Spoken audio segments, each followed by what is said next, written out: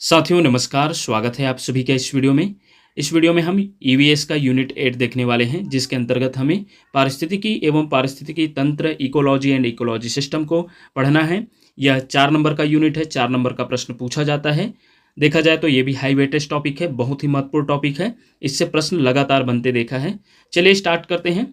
हमें पारिस्थितिकी एवं पारिस्थितिकी तंत्र के अंतर्गत ये टॉपिक पढ़ना है। पारिस्थितिक तंत्र की संरचना, जैविक व अजैविक खाद्य श्रृंखला व खाद्य जाल, और चौथा है पदार्थों का चक्रण। हालांकि ये 4 टॉपिक है, लेकिन इसमें जो है देखा जाए तो इसके अंतर्गत हमें बहुत सी जानकारियों को जानना है। चलिए स्टार्ट करते हैं। सबसे पहले हम बात करेंगे पारिस्थितिक तंत्र की संरचना, जिसमें सबसे पहले हमें जानना है इकोलॉजी। इकोलॉजी क्या है? तो इकोलॉजी जो है जीवों और उनके पर्यावरण के अध्ययन की विज्ञान की यह शाखा है, जिसमें देखा जाए तो हम जीवों और पर्यावरण के मध्य जो अंतर संबंध है उसका अध्ययन करते हैं, वह इकोलॉजी कहलाता है। वही पारिस्थितिकी के पिता की बात करें तो अर्नस्ट हैकल को पारिस्थितिकी के पिता कहते हैं। इकोलॉजी के the father of ecology Ernst Haeckel है। क्यों है? तो इन्होंने 1866 में सबसे पहले इस अध्ययन की जो शाखा है उसे इकोलॉजी शब्द दिया। और वही इकोसिस्टम की बात करें तो पारिस्थितिक तंत्र जीवों और पर्यावरण के बीच वास्तविक क्रियात्मक व्यवस्था या इकाई को पारिस्थितिक तंत्र या इकोसिस्टम कहते हैं। और वही इकोसिस्टम या पारिस्थितिक तंत्र के पिता, द फादर ऑफ इकोसिस्टम पूछा जाएगा तो एजी टाइंसले हैं। इन्होंने 1935 में इकोसिस्टम शब्द का सर्वप्रथम प्रयोग किए, इसलिए इन्हें जो है पारिस्थितिक तंत्र के पिता कहा जाता है। एक लाइन में समझिए कि इकोलॉजी और इकोसिस्टम क्या है। तो इकोलॉजी एक पढ़ाई है और इकोसिस्टम उसकी व्यवस्था है, उसके अंतर्गत किए जाने वाली जो भी पर्यावरण और जीवों के मध्य जो व्यवस्था है उसे जो है इकोसिस्टम कहते हैं। चलिए अब बात करते हैं कि भारत में जो है पारिस्थितिक तंत्र के जनक किन्हें कहा जाता है। तो भारतीय पारिस्थितिकी तंत्र के जनक डॉक्टर रामदेव मिश्र जी को कहते हैं। इसे भी याद रखिएगा, पूछा जा सकता है। वही शॉर्ट में इमेज के माध्यम से जानिए तो पारिस्थितिकी जो है जीवों तथा इनके भौतिक पर्यावरण के मध्य अंतर संबंधों का अध्ययन पारिस्थितिकी कहलाता है। ओडम के अनुसार देखा जाए तो पारिस्थितिकी पारितंत्र की संरचना एवं कार्य का अध्ययन है। और पारिस्थितिकी के पिता अर्नस्ट हैकल, जिसके आधार पर जो है पारिस्थितिकी का शाब्दिक अर्थ देखा जाए तो ओइकोस और लोगोस, जिसका अर्थ होता है रहने का स्थान और लोगोस का अर्थ होता है अध्ययन, बाद में इकोलॉजी कहा जाने लगा। और देखा जाए तो जीवों तथा इनके भौतिक पर्यावरण के मध्य अंतर संबंध का अध्ययन जो है पारिस्थितिकी कहलाता है। ये रही जो है पारिस्थितिकी का शाब्दिक अर्थ। और वही देखा जाए तो इकोसिस्टम, इकोसिस्टम मतलब पारिस्थितिक तंत्र। तो इसका सर्वप्रथम प्रयोग अभी हम ऊपर देखे भी हैं, एजी टाइंसले के द्वारा किया गया। और वही इसमें देखा जाए तो पारिस्थितिक तंत्र एक क्या है? एक खुला तंत्र है, ओपन सिस्टम है। पूछा जा सकता है कि पारिस्थितिक तंत्र है, तो उसमें जैसे दिया रहेगा ऑप्शन में खुला तंत्र है, बंद तंत्र है, या और किसी प्रकार का उसमें ऑप्शन में रहेगा, तो आप उसे उसमें जो है एक खुला तंत्र को ही चुनिएगा। जीवमंडल के सभी संघटकों के समूह जो पारस्परिक क्रिया में सम्मिलित होते हैं पारिस्थितिक तंत्र कहलाते हैं। भूतल के निश्चित क्षेत्र को धारण करने वाला एक इकाई प्राकृतिक संसाधन तंत्र जो है पारिस्थितिक तंत्र है। आइए आगे जानेंगे कि पारिस्थितिक तंत्र के घटक, जो कि हमारे सिलेबस का महत्वपूर्ण पॉइंट है या टॉपिक है। तो पारिस्थितिक तंत्र के घटक की बात करें तो 2 घटक है, अजैविक घटक और जैविक घटक। अजैविक घटक को पुनः 3 भागों में बांटा गया है, भौतिक घटक, अकार्बनिक घटक और कार्बनिक घटक। भौतिक घटक की बात करें तो इसके अंतर्गत आता है प्रकाश, तापमान, आर्द्रता, वायुमंडलीय दाब, स्थलाकृतियाँ, ऊंचाई, ढलान, वायु, ये सभी जो है भौतिक घटक के अंतर्गत आता है। पूछा जाता है कि इनमें से भौतिक घटक क्या है, तो आपको यदि इनमें से कोई शब्द दिखा और पूछा भी गया है, उसे हम एमसीक्यू में शामिल भी करेंगे, तो इसमें से जो भी आपको नाम दिखेगा वो आप भौतिक घटक के अंतर्गत डालिएगा।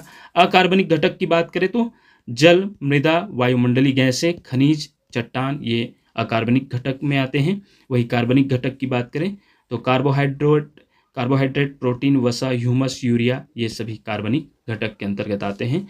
वही जैविक घटक की बात करें तो जैविक घटक को 3 भागों में बांटा गया है। याद रखिएगा, पूछा जाएगा कि जैविक घटक के कितने इकाई है या कितने भागों में बांटा गया है। तो 3 भागों में, पहला है उत्पादक, दूसरा है उपभोक्ता और तीसरा है अपघटक, जिसमें उपभोक्ता को भी बांटा गया है प्राथमिक उपभोक्ता, द्वितीयक उपभोक्ता, तृतीयक उपभोक्ता, जिसे हम आगे देखेंगे।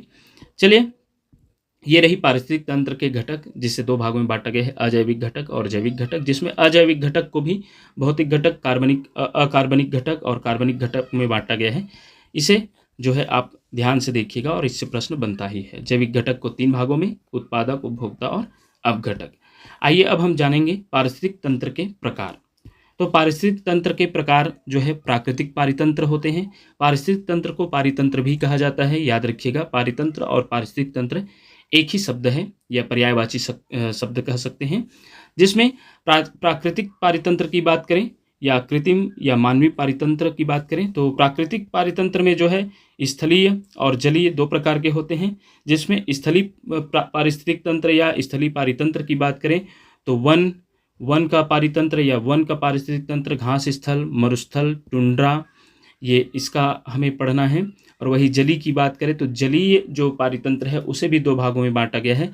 अलवणीय जल, जिसमें स्वच्छ जल पारितंत्र, जिसमें तालाब, झील, झरना, जिसमें का पानी मीठा होता है या पीने योग्य होता है, उसे जो है हम अलवणीय जल के अंतर्गत रखते हैं। वही लवणीय जल की बात करें तो सागरीय पारितंत्र, जिसमें लवणीय झील, ज्वारनद, मुख और समुद्र। जिसमें अलवणीय की बात करें तो मीठा जल, जिसे हम पीने योग्य कहते हैं।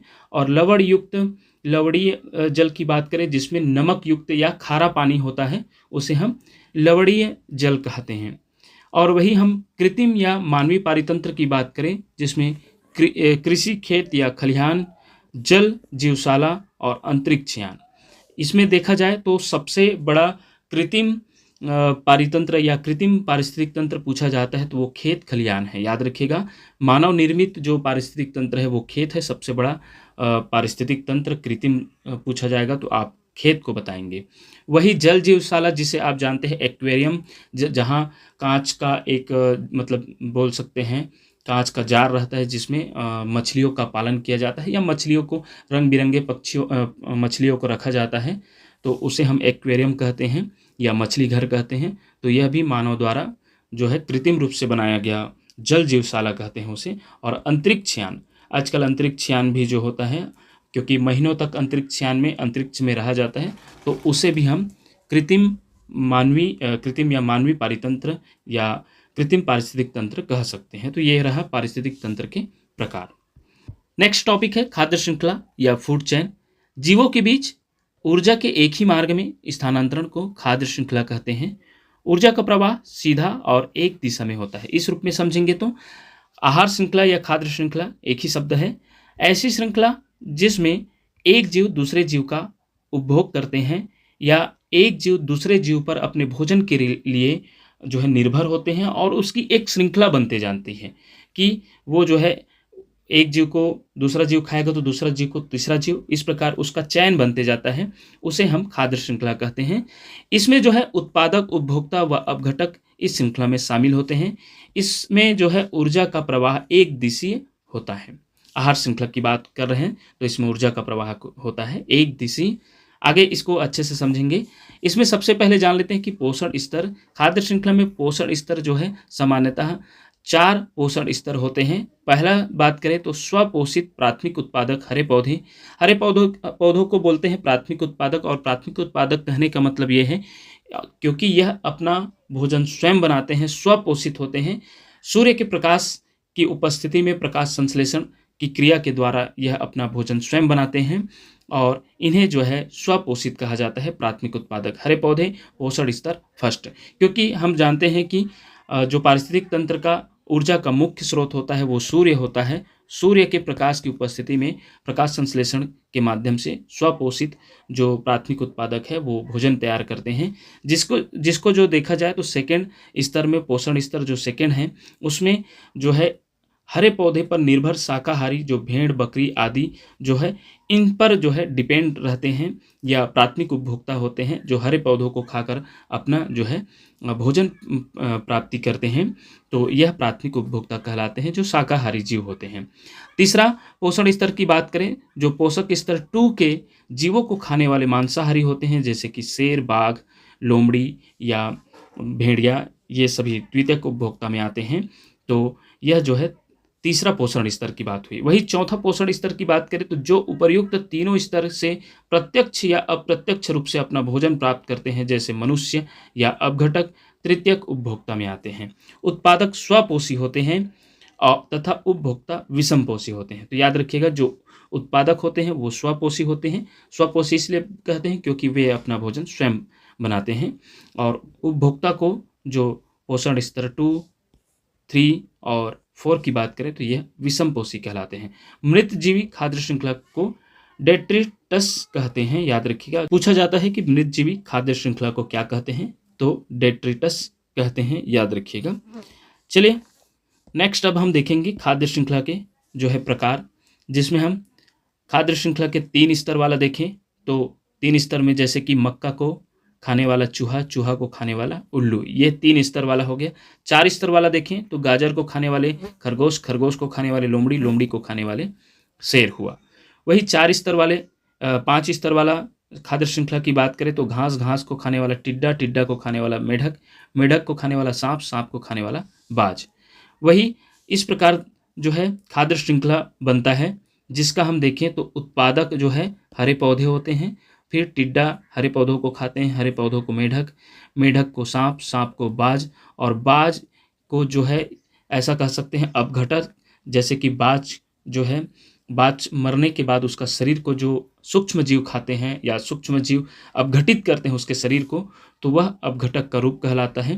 तो यह जो है खाद्य श्रृंखला उत्पादक उपभोक्ता, ये हरे पौधे को कह सकते हैं उत्पादक, और यहाँ से यहाँ तक का जो होगा वो प्राथमिक, द्वितीयक या तृतीयक उपभोक्ता कहलाएगा, और वही ये लास्ट वाला अपघटक जो उसके शरीर को अपघटित करेगा। और हरे पौधे ऊर्जा कहाँ से प्राप्त करता है या खाना अपना स्वयं बनाते हैं, तो सूर्य के प्रकाश की उपस्थिति में या सूर्य के प्रकाश से जो ऊर्जा प्राप्त करते हैं, तो वह है उत्पादक। वही यहाँ देखें तो पौधा टिड्डा, टिड्डा से चिड़िया, चिड़िया को खाने वाला जो है सांप, सांप को खाने वाला उल्लू। तो इस प्रकार ये खाद्य श्रृंखला का प्रकार है। अलग अलग जो है एंगल से हमने खाद्य श्रृंखला को देखा। अब हम देखेंगे खाद्य श्रृंखला के प्रकार जो है घास स्थलीय पारिस्थितिक तंत्र की बात करें और जलीय पारिस्थितिक तंत्र।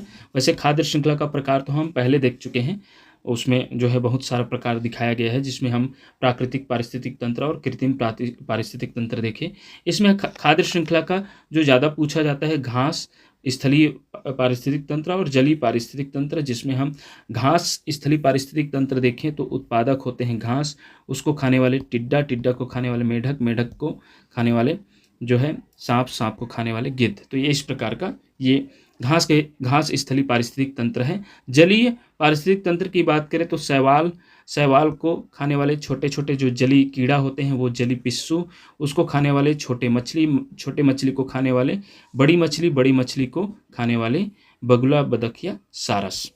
तो ये रहा घास और जलीय पारिस्थितिक तंत्र। अगला देखिए विभिन्न बायोमों में खाद्य श्रृंखलाएं किस प्रकार होता है। जैसे कि ऊर्जा स्तर के आधार पर देखा जाए तो प्राथमिक उत्पादक, प्राथमिक उपभोक्ता, द्वितीयक उपभोक्ता या तृतीयक उपभोक्ता, चतुर्थ उपभोक्ता तक इसको घास भूमि बायोम में देखें तो पहला प्राथमिक उत्पादक होते हैं घास, जिसमें प्राथमिक उपभोक्ता टिड्डा या टिड्डा कीड़ा, द्वितीयक उपभोक्ता चूहा, चिड़िया, और तृतीयक उपभोक्ता सांप, और चतुर्थ उपभोक्ता होते हैं बाज। वही तालाब बायोम में शैवाल, mosquito larva, dragon fly larva, मछली, रेकून।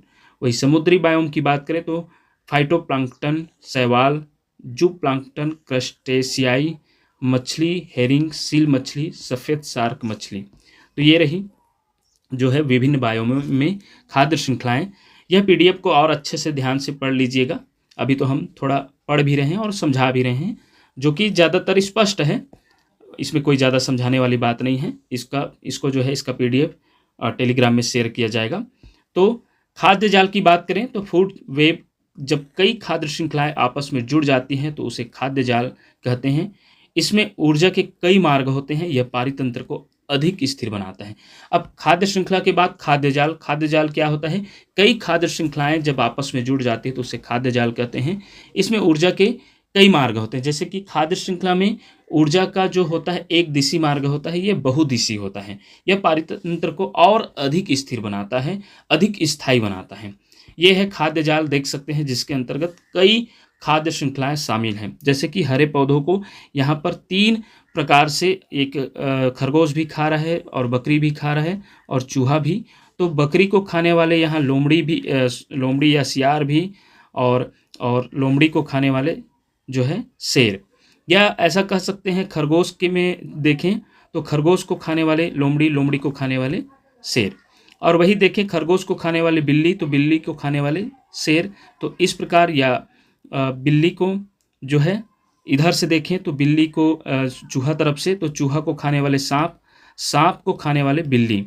और यही उल्लू का बात करें तो उल्लू तक तो ये यहाँ तक ये समाप्त हो जाता है कि उसके बाद देखा जाए तो सांप को खाने वाले बाज। तो इस प्रकार कई खाद्य श्रृंखलाएं जो है आपस में मिलकर एक खाद्य जाल निर्माण करते हैं। अब हम देखेंगे खाद्य श्रृंखला और खाद्य जाल में अंतर। तो खाद्य श्रृंखला और खाद्य जाल में अंतर की बात करें तो खाद्य श्रृंखला उत्पादक विभिन्न श्रेणी के उपभोक्ता एवं अपघटक होते हैं, वही खाद्य जाल में विभिन्न खाद्य श्रृंखलाएं मिलकर एक खाद्य जाल बनाती हैं। पारितंत्र में एक जीव से दूसरे जीव में भोज्य पदार्थों का प्रवाह होता है, और इधर देखें तो कोई जीव विभिन्न खाद्य श्रृंखलाओं के सदस्य हो सकते हैं। जैसे कि हमने चित्र में देखें कि जो एक जीव है वो कई ठो खाद्य श्रृंखला का भाग हो सकता है। वही ऊर्जा का प्रवाह एक दिशा में होता है, तो इसमें ऊर्जा का प्रवाह एक दिशा में होते हुए भी कई पथों से होकर गुजरता है, या बहुदिशी कह सकते हैं। वही नेक्स्ट बात करें, खाद्य श्रृंखला पारिस्थितिक तंत्र की एक महत्वपूर्ण प्रारंभिक इकाई है जो एक सरल प्रक्रिया द्वारा ऊर्जा का स्थानांतरित करती है। वही खाद्य पदार्थों का स्थानांतरण एक जटिल प्रक्रिया है। इसमें जो है कई खाद्य श्रृंखलाओं के द्वारा खाद्य पदार्थों का स्थानांतरण होता है। ये रही उसके अंतर। अब हम पारिस्थितिकी पिरामिड की बात करें, हर बार इससे क्वेश्चन देखने को मिलता है, बहुत ही इंपॉर्टेंट है। पारिस्थितिक पिरामिड की बात करें तो यह जो है, इसका विचार जो है प्रथम बार चार्ल्स एल्टन के द्वारा दिया गया पारिस्थितिक पिरामिड का, और यह 3 प्रकार के होते हैं। बहुत ही इंपॉर्टेंट तथ्य हैं, जिसका विचार जो है सर्वप्रथम चार्ल्स एल्टन के द्वारा दिया गया। ये परीक्षाओं में पूछा जाता है कि पारिस्थितिक पिरामिड का विचार किनके द्वारा लाया गया, तो चार्ल्स एल्टन के द्वारा, और इन्हें ही इनका जनक भी कह सकते हैं। तो जीव संख्या का पिरामिड की बात करें, और जीवभार का पिरामिड और संचित ऊर्जा का पिरामिड, 3 प्रकार के होते हैं पारिस्थितिक पिरामिड। जीव संख्या का पिरामिड कह सकते हैं, जीवभार का पिरामिड और ऊर्जा का पिरामिड। जीव संख्या का पिरामिड की बात करें तो यह सीधा और उल्टा दोनों बनता है, याद रखिएगा। जीवभार का पिरामिड भी सीधा और उल्टा दोनों बनता है, और ऊर्जा का पिरामिड केवल सीधा बनता है, याद रखिएगा। ये पूछा जाता है कि ऊर्जा का पिरामिड बनता है तो सदैव सीधा बनता है, जबकि जीव संख्या का पिरामिड जो है सीधा और उल्टा दोनों बनता है। अभी हम देखेंगे कि घास के मैदान के चित्र से वन या एक पौधा कह सकते हैं, वन के जगह में पौधे का जो पिरामिड होता है वो उल्टा बनता है। वही जीवभार के पिरामिड में स्थलीय पारितंत्र होते हैं, वह जो है सीधा बनता है, और जलीय पारितंत्र होते हैं वो उल्टा बनता है। कैसे बनता है अभी हम चित्र के माध्यम से देखेंगे। अब इसमें जो है देखा जाए जीव संख्या का पिरामिड, तो यहाँ से समझिएगा, जैसे कि यहाँ देखिए एक पेड़ का जो उल्टा बना है, पेड़ का कैसे उल्टा बना है। अब इसमें जीव संख्या का पिरामिड, जो सबसे पहले जो पहला स्तर होता है खाद्य श्रृंखला का उत्पादक में जो है एक पेड़ की बात करें तो इसकी संख्या कम है या 1 है, उसको इसमें जो है इसके फलों को खाने वाले, जैसे कि पीपल या आप बरगद के पेड़ में या कई बड़े बड़े पेड़ में आप देखे होंगे, उसका जो फल होता है उसको खाने वाले जो होते हैं चिड़िया, कई प्रकार के चिड़िया होते हैं, उसकी संख्या 1, ये उत्पादक है एक पेड़, और उसको खाने वाले अनेक चिड़िया आते हैं उसमें। अब चिड़िया जो खाने वाले हैं उसके फलों को, तो चिड़िया के जो पंखों में या शरीर में उसमें जो है परपोषी जीव पनपे रहते हैं, जैसे कि जूं, या उसमें जो है परपोषी जो कह सकते हैं कि किसी के शरीर में, जैसे कि हमारे शरीर में जूं और इल्ली कह सकते हैं, मतलब वो क्या बोलते हैं, जैसे कि हम छत्तीसगढ़ी में किन्नी शब्द यूज करते हैं, जो देखा जाए तो गाय भैंसों में पाया जाता है, तो वो भी जो है वैसे ही जीव आपके चिड़िया या अन्य जानवरों में भी पाए जाते हैं, जो है उसमें उनके शरीर में रहकर अपना भोजन प्राप्त करते हैं। तो ये जो है देखा जाए तो इनके शरीर में एक-एक चिड़ियों के शरीर में बहुत सारे होते हैं, तो इनकी संख्या फिर इससे ज़्यादा होता है। और सबसे ज़्यादा जो इनके शरीर को अपघटक करने वाले जो होते हैं बैक्टीरिया या माइक्रो जो सूक्ष्म जीव होते हैं, उनकी संख्या और भी ज़्यादा होती है। अर्थात ये उत्पादक से लेकर उपभोक्ता और अपघटक तक इसकी संख्या जो है बढ़ते गई। अर्थात उत्पादक कम है तो यह उल्टा पिरामिड बना रहा है, जीव संख्या का पिरामिड जो है उल्टा बना। इस प्रकार ये उल्टा बना है। और यही पिरामिड जो है, पिरामिड का आकार कैसे होता है, इधर ऐसा होता है, जबकि यहाँ पर देखा जाए तो घास के मैदान का पिरामिड, जीव संख्या का पिरामिड में घास का मैदान जो है सीधा बनता है। सीधा कैसे बनता है, देख सकते हैं आपका घास में जो है यहाँ पास देख सकते हैं उत्पादक होते हैं, और घास की संख्या एक मैदान में, घास के मैदान में बहुत सारा होता है। उसको खाने वाले जो टिड्डे होते हैं, टिड्डे की संख्या घास की तुलना में कम होते हैं। और उसे खाने वाले जो मेढक होते हैं, मेढक जो है आपके टिड्डे की संख्या में फिर कम होते हैं। उसके बाद देखा जाए तो मेढक को खाने वाले सांप होते हैं, तो मेढक के तुलना में जो है वो कम होते हैं। और उसको खाने वाले जो होते हैं देखा जाए मोर या पीकॉक, तो वो और कम होते हैं। जिसको आप जान सकते हैं कि जंगल में इसका जो घास के मैदान से हम शुरू करेंगे तो ये संख्या जो है गिरती जा रही है। अर्थात जो है ये जो है ऊपर नीचे से ऊपर जाने पर ये कम हो रही है। अर्थात ये पिरामिड जो है सीधा बना रहा है। तो इस प्रकार पेड़ या वन का जो पिरामिड होगा, जीव संख्या का पिरामिड, वो उल्टा तैयार होता है, उल्टा बनता है। और घास के मैदान का जो जीव संख्या का पिरामिड है वो सीधा बनता है। तो ये चित्र से आप निश्चित रूप से समझ सकते हैं। वही नेक्स्ट बात करें, बायोमास पिरामिड अर्थात जीव भार का पिरामिड। इसमें जो है भार के आधार पर जो है देखा जाए तो इसमें आपका ये वाला पिरामिड देख रहे हैं, ये सीधा बना है। ये आपका क्या है, वन का पिरामिड या स्थली कह सकते हैं। और ये जली, इसमें देखे होंगे जीवभार का पिरामिड में जो स्थली होता है वो आपका सीधा बनता है, और जो जली होता है वो उल्टा बनता है। सीधा कैसे बनता है, तो आप देख सकते हैं पेड़ पौधे जो होते हैं प्राथमिक उत्पादक, जंगल में या स्थली में जो पेड़ पौधे होते हैं वो उत्पादक होते हैं। ये आपका लार्ज अमाउंट में होते हैं, मतलब आपके जंगल में बहुत सारे पौधे हैं और उसकी संख्या भी ज़्यादा है तो वजन भी ज़्यादा होगा, अर्थात भार भी ज़्यादा होगा। अब इसे खाने वाले आप कह सकते हैं हिरण। हिरण की संख्या जो है पेड़ पौधों से कम है, तो कम रहेगा तो उसका भार भी कम होगा, वजन भी कम होगा। और इससे कम होते हैं शेर। आप अपने जंगल में या अपने देश में ही देख सकते हैं, हिरणों की संख्या में बहुत कम संख्या में जो है बाघ या शेर की संख्या है। और जब कम रहेगा उसकी संख्या तो उसका भार भी कम होगा। तो यह जो है इसका स्थलीय पिरामिड होता है बायोमास का, वो सीधा बनता है। और जली की बात करें तो जली में देखना फाइटोप्लैंक्टन जो होते हैं, समुद्री शैवाल कह सकते हैं, या आपका तालाब में जो शैवाल होते हैं, उसकी जो भार होती है वो बहुत कम होते हैं। अर्थात ये इसका जो है कुछ कुछ दिनों में यह जो है सूक्ष्म कह सकते हैं, छोटे छोटे जो जू प्लांक्टन होते हैं, जो समुद्री या जली कीड़े होते हैं, इसको खाते जाते हैं तो ये नष्ट भी होते जाते हैं, नया आते जाते हैं। तो इसका जो भार होता है वो सबसे कम होता है। उसके बाद जू प्लांक्टन का भार इससे अधिक होता है, फिर उसके बाद छोटे मछलियों का भार फिर इससे अधिक होगा, और उसके बाद जो बड़ा मछली है उसका भार इससे भी अधिक होगा। तो इस प्रकार ये जो है आपका जलीय पारिस्थितिक तंत्र का जीवभार का पिरामिड है जो उल्टा बनता है। याद रखिएगा, ये उल्टा और यह सीधा। इसमें जो है याद रखिएगा, पिरामिड में जो अपघटक को नहीं शो किया जाता है। याद रखिएगा, ये इम्पॉर्टेंट तथ्य है। जीव पिरामिड में मतलब पिरामिड जो होता है उसमें अपघटक का रोल होता है कि नहीं, तो नहीं होता है। याद रखिएगा, ये इम्पॉर्टेंट तथ्य है।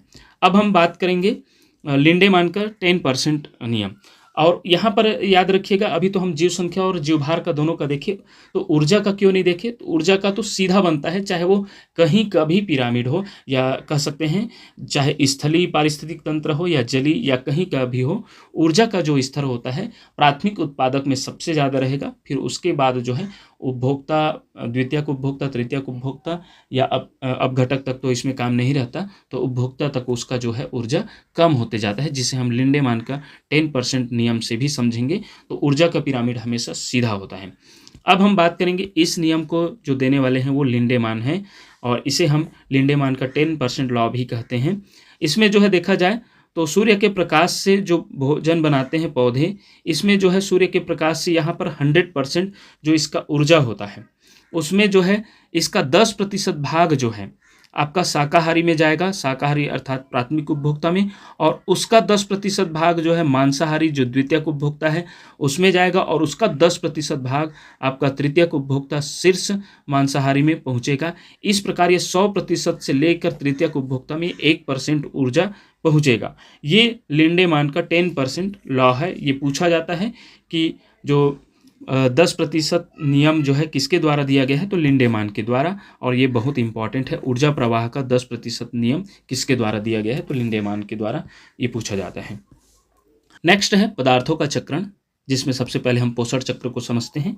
इसमें क्या होता है, उत्पादक होते हैं, उत्पादक जो होते हैं ऑक्सीजन को छोड़ते हैं तथा CO2 को ग्रहण करते हैं। तो ऑक्सीजन छोड़ते हैं वो जो है उपभोक्ता ग्रहण करते हैं, और उपभोक्ता जो CO2 देते हैं, छोड़ते हैं श्वसन के माध्यम से, तो वो फिर से क्या हो जाते हैं, उत्पादक अपने पास ले लेते हैं, या उत्पादक जो है श्वसन के लिए लेते हैं, या खाना बनाने में CO2 का उपयोग करते हैं। ये प्रक्रिया चलते रहती है, और जब जो है शाकाहारी, मांसाहारी, सर्वाहारी जितने भी उपभोक्ता जो है अपघटित हो जाते हैं कवक जीवाणु के माध्यम से, तो भी इनसे जो है CO2 निकलता है, वो जो है उत्पादक में चले जाते हैं, और यह चक्र जो है चलते रहती है। इसे हम सौर ऊर्जा चक्र का पोषण चक्र भी कह सकते हैं। अब नेक्स्ट देखेंगे हम कार्बन चक्र। तो कार्बन चक्र क्या होता है, कार्बन चक्र जो है, कार्बन का मुख्य भंडार कहाँ होता है, वायुमंडल में। वायुमंडल से पौधे जो है देख सकते हैं CO2 लेते हैं, CO2, और यह भोजन श्रृंखला में CO2 जो है देखा जाए तो प्रकाश संश्लेषण के माध्यम से पौधे जो है खाना बनाते हैं, भोजन बनाते हैं, जिसे भोजन श्रृंखला में उपभोक्ता, पहला जो प्राथमिक उपभोक्ता होते हैं वो लेते हैं, और उपभोक्ता को शाकाहारी, उपभोक्ता कौन कौन से होते हैं, शाकाहारी जीव और मांसाहारी जीव। और इसमें जो है देखा जाए तो मांसाहारी जीव श्वसन व विघटन के द्वारा जो है अपना देखा जाए तो कार्बन डाइऑक्साइड छोड़ते हैं, तो वो वायुमंडल में चले जाते हैं, जिसे फिर से कार्बन डाइऑक्साइड को पौधे अपना भोजन तैयार करने में उपयोग करते हैं। यह प्रक्रिया जो है चलते रहती है। कार्बन चक्र के बारे में जो महत्वपूर्ण तथ्य है वो हम आगे देखेंगे। इन सभी चक्र के बारे में बहुत ही महत्वपूर्ण प्रश्नों का महत्वपूर्ण फैक्ट का जो है हम संग्रह इसमें शामिल किए हैं। वन लाइनर फैक्ट्स बहुत ही इम्पॉर्टेंट है, वहीं से प्रश्न पूछा जाता है। इसे तो हम अभी थोड़ा थोड़ा डायग्राम के माध्यम से समझ रहे हैं। अब जल चक्र देखते हैं। तो जल चक्र में जो है देखा जाए तो झील, तालाब या महासागर के द्वारा वाष्पीकरण की प्रक्रिया में वो बादल बनता है। जब झील, तालाब या महासागर का जो पानी है वह गर्मी के दिनों में क्या होते हैं, गर्म होकर वाष्पीकरण हो जाते हैं, और वो जब बादल बनता है और वो ठंडे होकर फिर वर्षा होती है, जिसे हम संघनन कहते हैं। वर्षा का जल बहाव होकर वो कहाँ पहुँचता है, फिर झील, तालाब या महासागर में पहुंचता है, फिर से वो वाष्पीकरण होकर बादल बनता है। ये प्रक्रिया जल चक्र कहलाती है। वही नाइट्रोजन चक्र की बात करें तो नाइट्रोजन चक्र भी नाइट्रोजन स्थिरीकरण के माध्यम से जो है वायुमंडल से वायुमंडलीय नाइट्रोजन जो है अमोनिया बनता है। अमोनिया का जो है नाइट्राइट में बदलता है। नाइट्राइट से नाइट्रोबैक्टर के द्वारा जो जीवाणु होते हैं वो नाइट्रेट में परिवर्तित करते हैं, और नाइट्रेट जो है देखा जाए तो वायुमंडलीय नाइट्रोजन जो है देखा जाए तड़िक द्वारा, जैसे कि बोल सकते हैं बादलों की गर्जना के द्वारा तड़िक जो होता है निकलता है, जिसे हम बोलते हैं बिजली गिर रही है, तो उसके द्वारा भी नाइट्रेट में परिवर्तित होते हैं। तो यह जो है एक चक्र के माध्यम से चलते रहती है। इससे जो प्रश्न बनता है वो ज़्यादा इम्पॉर्टेंट है, चक्र को समझने से ज़्यादा इम्पॉर्टेंट इससे जो प्रश्न बनता है वो, जो कि इसके जो है हम आगे देखेंगे परीक्षा उपयोगी तथ्य में। चलिए अब हम परीक्षा उपयोगी महत्वपूर्ण तथ्यों में बहुत ही शानदार तरीके से देखेंगे। प्रश्न यहीं से बनता है। अभी तक ऊपर देखें उसको तो हम समझे हैं, लेकिन प्रश्न यहाँ से बनता है। पारिस्थितिकी शब्द का प्रयोग सबसे पहले किसने किया, तो अर्नेस्ट हैकल ने किया। यह हम वन लाइनर में हम एक एक बार पढ़ते जाएंगे, देखते जाएंगे और आगे बढ़ते जाएंगे, क्योंकि बहुत सारा वन लाइनर है और इसी से प्रश्न बनता है। इकोसिस्टम शब्द का सर्वप्रथम प्रयोग किसके द्वारा किया गया, तो A.G. टैंसले के द्वारा 1935 में। पारिस्थितिक तंत्र प्रकृति की एक क्या है, कार्यात्मक फंक्शनल यूनिट है। पारिस्थितिक तंत्र कितने प्रकार के या कितने घटक है, तो दो मुख्य घटक है, जैविक बायोटिक और अजैविक एबायोटिक। सूर्य का प्रकाश पारिस्थितिक तंत्र के लिए ऊर्जा का सबसे प्राथमिक स्रोत है, याद रखिएगा। पौधों को स्वपोषी ऑटोट्रॉफ्स कहते हैं। उत्पादक कहा जाता है क्योंकि वे प्रकाश संश्लेषण करते हैं, प्रकाश संश्लेषण के माध्यम से अपना भोजन तैयार करते हैं, अपना भोजन वो खुद तैयार करते हैं। वही जीव जो अपने भोजन के लिए दूसरों पर निर्भर रहते हैं उसको क्या कहते हैं? उपभोक्ता कहते हैं, उपभोक्ता कहलाते हैं, कंज्यूमर्स कहलाते हैं। और अपघटक की बात करें, डिकम्पोजर जैसे कवक और बैक्टीरिया मृत कार्बनिक पदार्थों को सरल तत्वों में तोड़ते हैं। तो ये सभी प्रश्नों से पूछा जाता है। स्वपोषी मतलब पौधे स्वपोषी होते हैं जो अपना भोजन स्वयं बनाते हैं, लेकिन जो जीव दूसरों पर निर्भर होते हैं भोजन के लिए तो उसको उपभोक्ता कहते हैं। जैसे कि पौधों पर निर्भर रहते हैं, ये अपना भोजन स्वयं नहीं बनाते, उसको बोलते हैं उपभोक्ता। और अपघटक की बात करें जैसे कवक और बैक्टीरिया तो मृत कार्बनिक पदार्थों को सरल तत्वों में तोड़ते हैं। ये पूछा गया है अपघटक किसे कहते हैं, या अपघटक है तो मृत कार्बनिक पदार्थों को सरल तत्वों में तोड़ते हैं तो वो अपघटक कहलाते हैं। वही खाद्य श्रृंखला की बात करें तो खाद्य श्रृंखला में ऊर्जा का प्रवाह हमेशा एक दिशीय होता है। और वही खाद्य जाल फूड वेब कई खाद्य श्रृंखलाओं का एक जटिल अंतर संबंध है, याद रखिएगा। खाद्य जाल जो है कई खाद्य श्रृंखलाओं का एक जटिल अंतर संबंध है। वही पारिस्थितिक तंत्र में ऊर्जा का 10% नियम लिंडमैन ने दिया था, उसे हम ऊपर देखे भी हैं। एक स्तर से दूसरे स्तर तक केवल 10% ऊर्जा ही स्थानांतरित होती है, शेष 90% कहा जाता है तो ऊष्मा के रूप में नष्ट हो जाती है। जैव विविधता बायोडाइवर्सिटी शब्द का प्रयोग सर्वप्रथम वाल्टर जी रोसेन ने किया था। पृथ्वी का सबसे बड़ा पारिस्थितिक तंत्र महासागर है, ये भी याद रखिएगा। पूछा जाता है कि पृथ्वी का सबसे बड़ा पारिस्थितिक तंत्र कौन है तो महासागर है, ये सीजीटेट में भी पूछा गया है। यह पृथ्वी की सतह के 71% से अधिक भाग को आच्छादित करता है। सबसे स्थिर पारिस्थितिक तंत्र की बात करें तो भी वह सागरीय महासागर है। घास का मैदान सबसे बड़ा स्थलीय पारिस्थितिक तंत्र है, याद रखिएगा।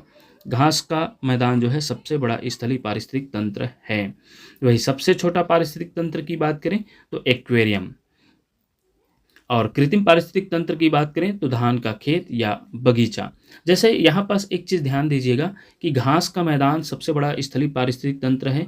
ये आपको मैं जैसे कि एक बुक का अध्ययन कर रहा था तो उसमें दिखा, लेकिन अगर आपको ऑप्शन में वन का पारिस्थितिक तंत्र पूछा जाता है तो वन का पारिस्थितिक तंत्र अगर ऑप्शन में है तो वही सबसे बड़ा स्थलीय पारिस्थितिक तंत्र होगा, क्योंकि वन के अंतर्गत घास का मैदान खुद आएगा। और यदि वन का पारिस्थितिक तंत्र नहीं दिया है और घास का मैदान दिया है तो घास का मैदान आएगा। तो सबसे छोटा पारिस्थितिक तंत्र की बात करें तो एक्वेरियम। वही कृत्रिम पारिस्थितिक तंत्र की बात करें तो धान का खेत और बगीचा। ये प्रश्न पूछा भी गया है। सर्वप्रथम गहन पारिस्थितिक डीप इकोलॉजी शब्द का प्रयोग अर्निस्ट नेस द्वारा किया गया था। ये भी प्रश्न बहुत ही शानदार रूप से पूछा जा सकता है। वही पारिस्थितिकी निकेत की संकल्पना का प्रतिपादन ग्रिनेल्स ने किया, ये भी प्रश्न पूछा जा सकता है।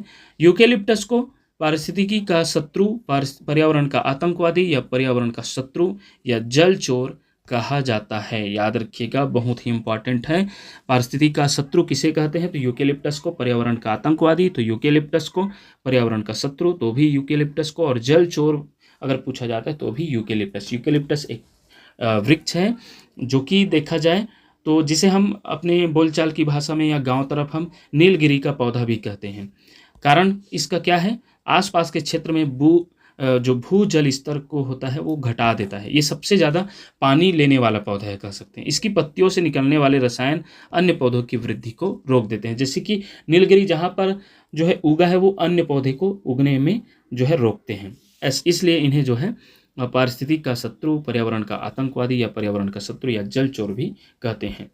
इकोटीन दो अलग अलग पारिस्थितिकी तंत्रों के बीच का संक्रमण क्षेत्र है। जैसे दलदल, नाइट्रोजन चक्र में मिट्टी के नाइट्रेट को नाइट्रोजन गैस में बदलना विनाइट्रीकरण कहलाता है। पूछा जाता है विनाइट्रीकरण प्रक्रिया क्या है तो नाइट्रोजन चक्र में मिट्टी के नाइट्रेट को नाइट्रोजन गैस में बदलना विनाइट्रीकरण कहलाता है। वही यूरोट्रोफिकेशन जल निकायों में पोषक तत्वों नाइट्रोजन फास्फोरस की अधिकता को कहते हैं। मरुस्थलीय पौधों को क्या कहते हैं तो जीरोफाइट्स कहते हैं। खारे पानी में उगने वाले पौधों को क्या कहते हैं तो हेलोफाइट्स कहते हैं। ये सब पूछा जाता है। पारिस्थितिक पिरामिड से प्रश्न। पारिस्थितिक पिरामिड में देखा जाए तो पारिस्थितिकी पिरामिड की अवधारणा सबसे पहले चार्ल्स एल्टन द्वारा 1927 में दिया गया। इसके अनुसार पिरामिड 3 प्रकार के होते हैं, संख्या का पिरामिड, जीवभार का पिरामिड और ऊर्जा का पिरामिड। ऊर्जा का पिरामिड हमेशा सीधा होता है, अपराइट होता है। घास के मैदान का संख्या पिरामिड हमेशा सीधा होता है। एक पेड़ के पारिस्थितिक तंत्र का संख्या पिरामिड उल्टा होता है, इसे तो हम चित्र के माध्यम से समझे भी हैं। तालाब के पारिस्थितिक तंत्र का जीवभार पिरामिड उल्टा होता है, क्योंकि स्थली सीधा और जली जो होता है वो उल्टा बनता है। वन पारिस्थितिक तंत्र का जीवभार पिरामिड सीधा होता है। ऊर्जा पिरामिड कभी उल्टा नहीं हो सकता, क्योंकि ऊर्जा का क्षय हर स्तर पर होता है। पिरामिड का आधार हमेशा उत्पादकों द्वारा बनाया जाता है। और एक चीज़ और याद रखेंगे, पिरामिड में अपघटक का काम नहीं होता है। पिरामिड का शीर्ष हमेशा शीर्ष उपभोक्ताओं द्वारा बनाया जाता है, याद रखिएगा, अपघटक नहीं होते उसमें। वही नेक्स्ट बात करें, परजीवी खाद्य श्रृंखला में संख्या का पिरामिड हमेशा उल्टा बनता है। जैसे जैसे हम पिरामिड में ऊपर जाते हैं, उपलब्ध ऊर्जा की मात्रा कम होती जाती है। पिरामिड में प्रत्येक स्तर को पोषी स्तर कहा जाता है, और प्रथम पोषी स्तर T1 में केवल हरे पौधे होते हैं, द्वितीय पोषी स्तर T2 में शाकाहारी जीव आते हैं, और तृतीय पोषी स्तर T3 में मांसाहारी जीव आते हैं। और वही मनुष्य एक सर्वाहारी ओमनीवोर है, जो विभिन्न पोषी स्तरों का कार्य कर सकता है। जलीय पिरामिड में फाइटोप्लैंक्टन मुख्य उत्पादक होते हैं। संख्या का पिरामिड जीवों की कुल संख्या को दर्शाता है। पारिस्थितिक संक्रमण की अवधारणा सर्वप्रथम जॉन डब्ल्यू बेनेट ने 1976 में अपनी पुस्तक the ecological transition, cultural anthropology and human adaptation में प्रयोग किया गया था। अर्थात पारिस्थितिक संक्रमण का जो अवधारणा है वो बेनेट के द्वारा प्रयोग किया गया था। पारिस्थितिक तंत्र का मित्र नीम, पीपल, बरगद और तुलसी है, क्योंकि ये जो है खास करके तुलसी, पीपल, ये जो होते हैं वो 24 घंटे ऑक्सीजन देते हैं, इसलिए इसे पारिस्थितिक तंत्र का मित्र भी कहते हैं। किसानों का मित्र जो है केचुआ सांप है, याद रखिएगा, क्योंकि केचुआ जो होते हैं वो मिट्टी में उर्वरकता को बढ़ाने का काम करते हैं। वही सांप जो है चूहों के खाकर जो है किसानों का मित्र का काम करते हैं। नाइट्रोजन चक्र की बात करें, नाइट्रोजन में वायुमंडल में सर्वाधिक मात्रा में पाए जाने वाली गैस नाइट्रोजन है, 78%। वायुमंडलीय नाइट्रोजन को अमोनिया में बदलने की प्रक्रिया नाइट्रोजन स्थिरीकरण कहलाती है। राइजोबियम नामक जीवाणु दलहनी पौधों की जड़ों में पाया जाता है और नाइट्रोजन स्थिरीकरण करता है। एजेटोबैक्टर मिट्टी में मुक्त रूप से रहने वाला नाइट्रोजन स्थिरीकरण जीवाणु है। अमोनिया को नाइट्रेट में बदलने की प्रक्रिया नाइट्रीकरण कहलाती है। तो ये नाइट्रोजन चक्र से रिलेटेड जो तथ्य है। नाइट्रोसोमोनास और नाइट्रोबैक्टर जीवाणु नाइट्रीकरण की प्रक्रिया में मदद करते हैं। मिट्टी के नाइट्रेट को वापस नाइट्रोजन गैस में बदलकर हवा में भेजने की प्रक्रिया विनाइट्रीकरण कहलाती है। स्यूडोमोनास एक प्रमुख विनाइट्रीकरण जीवाणु है। ये सभी तथ्य को एक वन लाइनर है और इसे याद रखिएगा, इससे प्रश्न बनता है, इसे बढ़िया नोट्स बना के रखिए। बिजली कड़कने के दौरान भी उच्च तापमान पर नाइट्रोजन का स्थिरीकरण होता है, पूछा जाता है। बिजली कड़कने या जो हम तड़िक के द्वारा भी ऊपर हम चित्र के माध्यम से भी समझे हैं कि नाइट्रोजन का स्थिरीकरण होता है। नील हरित शैवाल धान के खेत में नाइट्रोजन स्थिरीकरण का मुख्य स्रोत है। पूछा जा सकता है कि धान के खेतों में नाइट्रोजन स्थिरीकरण का मुख्य स्रोत क्या है, तो नील हरित शैवाल। मृत जीवों के प्रोटीन को अमोनिया में बदलना अमोनीकरण कहलाता है। कार्बन चक्र की बात करें तो कार्बन जीवन का आधार है, क्योंकि सभी कार्बनिक यौगिकों जैसे कार्बोहाइड्रेट प्रोटीन में यह मौजूद होता है। वायुमंडल में कार्बन डाइऑक्साइड CO2 का मात्रा लगभग 0.03% से 0.04% है। प्रकाश संश्लेषण फोटोसिंथेसिस वह प्रक्रिया है जिसमें कार्बन वायुमंडल से जैविक जगत में प्रवेश करता है। श्वसन के दौरान जीव CO2 को वापस वायुमंडल में छोड़ते हैं। जीवाश्म ईंधन, कोयला, पेट्रोलियम के जलने से वायुमंडल में CO2 की मात्रा बढ़ती है, जिससे ग्रीन हाउस प्रभाव का खतरा भी रहता है। महासागर कार्बन के सबसे बड़े भंडार या सिंक माने जाते हैं, ये भी याद रखिएगा। कार्बन का वह रूप जो चूना पत्थर के रूप में संचित होता है उसे अकार्बनिक संचयन कहते हैं। मृत जीवों को सड़ने या डिकम्पोजिशन से कार्बन वापस मिट्टी और हवा में मिल जाते हैं। कार्बन चक्र और ऑक्सीजन चक्र एक दूसरे के क्या होते हैं, पूरक होते हैं। वही जल चक्र की बात करें तो जल चक्र सूर्य की ऊर्जा द्वारा संचालित होती है। पृथ्वी पर मौजूद जल का केवल 2.5% ही मीठा जल है।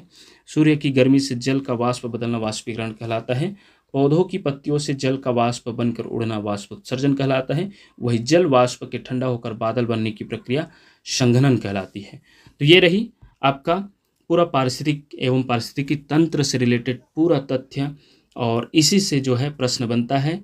और इसी प्रकार के वीडियो देखने के लिए देखते रहिए आपका अपना चैनल टीचरशिप नेक्स्ट जो इसका एमसीक्यू पार्ट रहेगा वो नेक्स्ट वीडियो में देखेंगे। धन्यवाद।